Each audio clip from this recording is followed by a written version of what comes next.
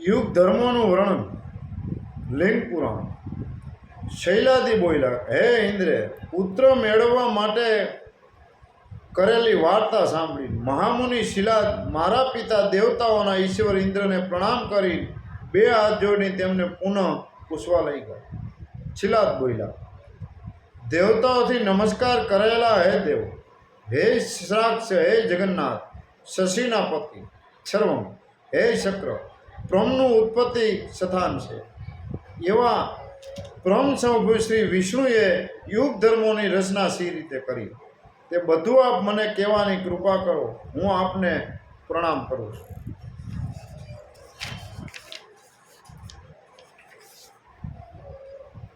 શૈલાદી બોલ્યા કે મારા પિતા મહાત્મા શિલાદના વચન સાંભળી ઇન્દ્રે યુગ ધર્મોની રચના થયેલી વિસ્તારથી કહેવા લાગ્યા. ઇન્દ્ર વધા, હે મુને, 4 યુગ છે. તેમાંનો આદિ યુગ કૃતયુગ અર્થાત સતયુગ છે. પછી બીજો યુગ ત્રેતા, ત્રીજો દ્વાપર ને ચતુર્યુગ કળિયુગ છે. આ પ્રમાણે ટૂંકમાં 4 યુગનો સાર પુરુષ જાણવા કૃતયુગ સત્વગુણ છે અર્થાત સત્વગુણ પ્રધાન છે. ત્રેતાયુગ રજોગુણ પ્રધાન છે. દ્વાપર યુગ રજોગુણ તમોગુણની પ્રધાનતાવાળો છે. કળિયુગ તમોગુણ પ્રધાન છે. આમાં સારે યુગોની યુગવૃત્તિ કહેવાયેલી છે. યુગમાં ધ્યાનને અર્થાત ઈશના ચિંતનને તપને સર્વોત્કૃષ્ટ ગણવામાં આવે છે. ત્રેતાયુગમાં યજ્ઞ કર્મને, દ્વાપરમાં પ્રભુ ભજનને તથા કળિયુગમાં પાવન દાનને શ્રેષ્ઠ માનવામાં આવે છે. 4000 દિવસ વર્ષના માપનો કૃતયુગ છે. યુગનો સંધિકાળ ને તેના અંશ 500 દિવસ વર્ષો છે.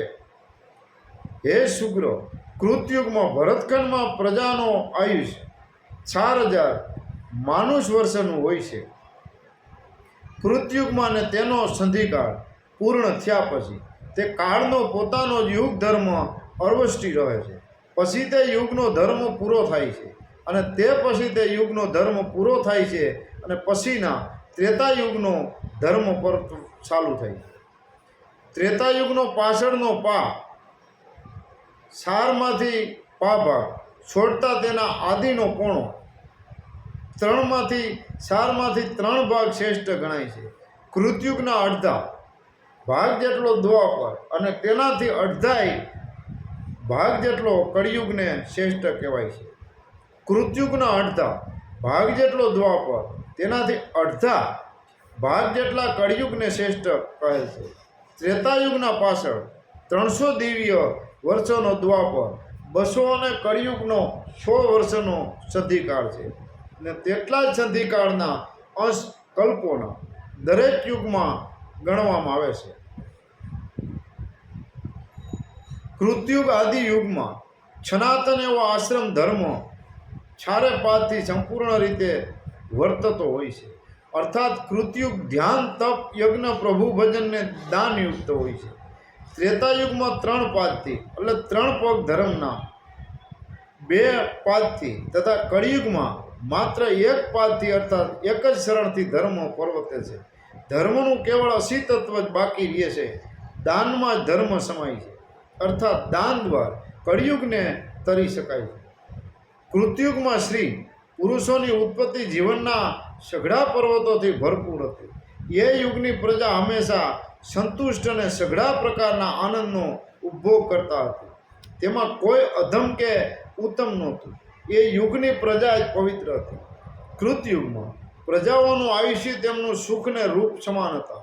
એમના એકબીજાને છને હતો. એ પ્રજા દેશ, ક્રોધ, કામ વગેરે દુર્ભાવ વગરની હતી. તેનામાં કોઈ પણ પ્રકારની ગલાની નહોતી. એ પ્રજા પર્વતોની તળેટીમાં તથા સાગર કાંઠા પર વસવાટ કરતી હતી. ચોક્કસ રહેઠાણ વગરની હતી. શોક રહિત હતી.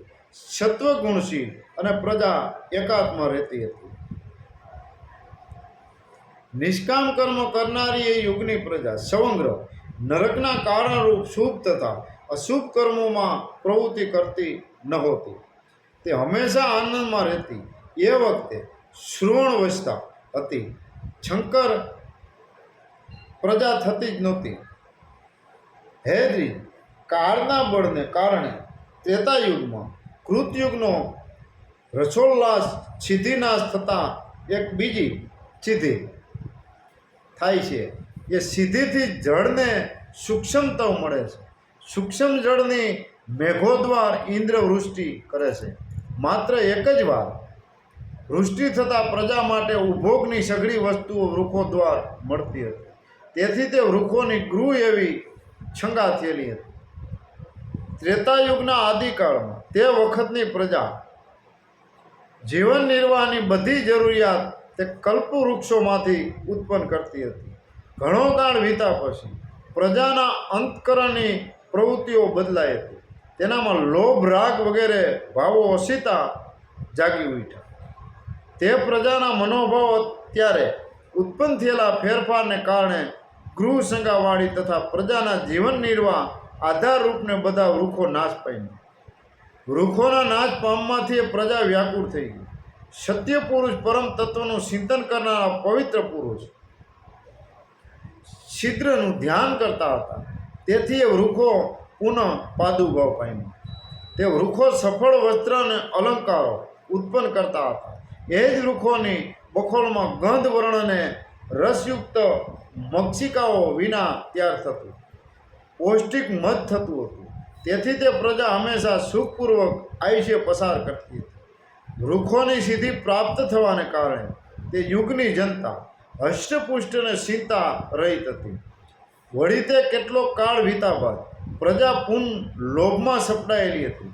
એ લોકો વૃક્ષોને સોપાસથી ઘેરી બળજબરીથી તેના પરનું મધ લઈ લેવા લાગ્યા.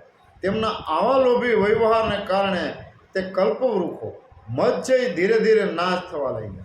કાળક્રમે સિદ્ધિ અલ્પ પ્રમાણમાં શેષ રહેલી હતી. હવે તો તે પણ નાશ થઈ. ત્યારે ત્રેતાયુગમાં છીલ ઉષ્ણી દ્રંથ ઉત્પન્ન થયા.